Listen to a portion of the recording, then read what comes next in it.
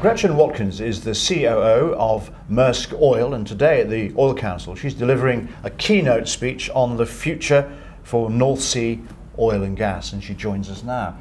Gretchen, it's all very well talking about the future of North Sea oil and gas, but does it really have that much of a future? Aren't we looking essentially at an industry in decline?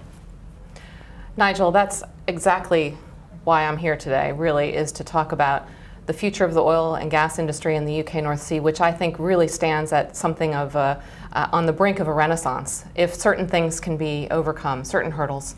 Some of those hurdles are very well detailed in the recent Sir Ian Wood report and have to do with a much keener sense of collaboration between the industry, operators, partners, but also the government and the regulators as we move forward. So you're involved very much in the North Sea. I mean, just what are you actually doing, and how are you trying to bring about this renaissance? Maersk Oil has a long history in the North Sea, starting back in 1962 in Denmark. And since then we've grown to also be active in Norway, where we're a partner in Johan Sverdrup, the giant field that's being developed there.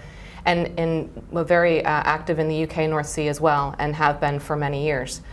We are actively working to explore, develop, and produce through the whole value chain across all of the North Sea. And I think some of the most difficult things that we see in terms of hurdles that we need to overcome really start with our aging infrastructure. So we have a lot of mature assets that produce low-cost barrels, but require quite a bit of operational excellence, and that really has to do with safety, that has to do with investing in integrity and reliability of our equipment, and keeping those assets producing for as long as possible, extending the field life. But then you also look at things like development projects, and they're a lot more technically complicated now than they used to be years ago. So for example, we have a development called Culzean, a big gas discovery that we made back in 2008.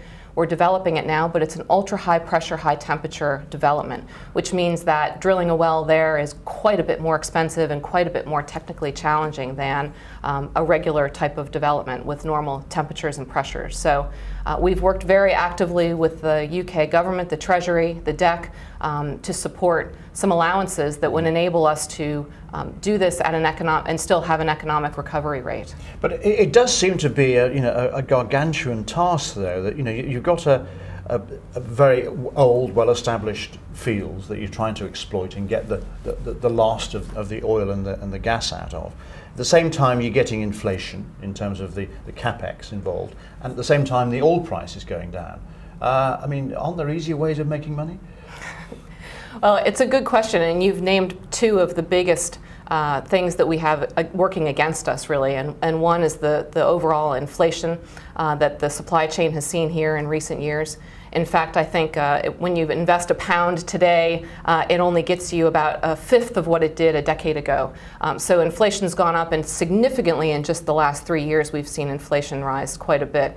And of course the subdued oil price that we see today also works against us. So it's all the more reason why we need to pay attention to some of the things that came out in the Wood report around collaboration. How do we maximize the effectiveness of existing infrastructure, infrastructure that's already in place, so that we can actually hook up some of these smaller fields that right now may not be commercial, but in the future, with the right sort of collaboration, the right sort of government incentives, might be commercial and might produce hydrocarbons. So for Maersk, what are the right kind of collaborations? I mean, where are you looking?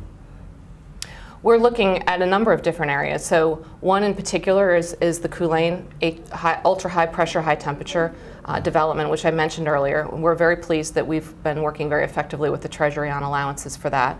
Another area is our mature infrastructure. So, for example, we have an FPSO called the Griffin Alpha, and this was the oldest FPSO operating in UK waters. About 2 years ago, we took it in for a complete refit and upgrade. It's back on stream right now, operating at nameplate capacity, but the most important thing is that it's actually extended the field life of all of the fields that flow through it. And so that sort of investment, where we can make a return on our investment, but also extend the lives and recover more hydrocarbons, is the types of things that we're looking at doing. Yeah, and certainly for the UK, that's very important, because I mean, I think with the Culzean gas project, that's going to provide a significant proportion of our gas needs going into the future. Yes, it's scheduled to come on stream in 2019, and as it ramps up over the following year or two, by the time it gets to full capacity, it will be supplying about 5% of the UK total gas demand, which is significant and something that we're extremely proud to be a part of. Yeah. So one of your sort of key parts of your strategy is that Maersk reckons it's cheaper to buy oil assets than to explore. Does that mean that you're never going to be looking at new exploration prospects, perhaps onshore, shale, anything like that? We are actively exploring in the UK North Sea right now and want to continue to do that. I think there's a couple things working against us here, again, sort of hurdles that the industry needs to overcome.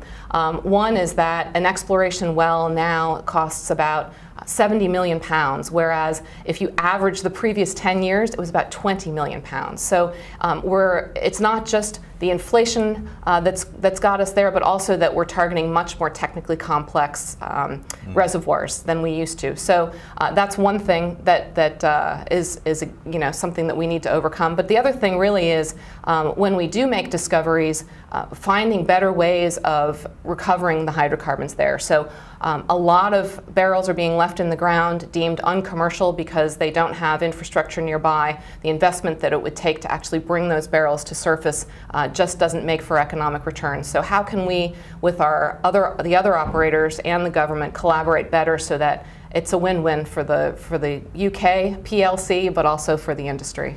All right, Gretchen Watkins, COO of Maersk Oil, thank you very much indeed for joining us. Thanks, Nigel.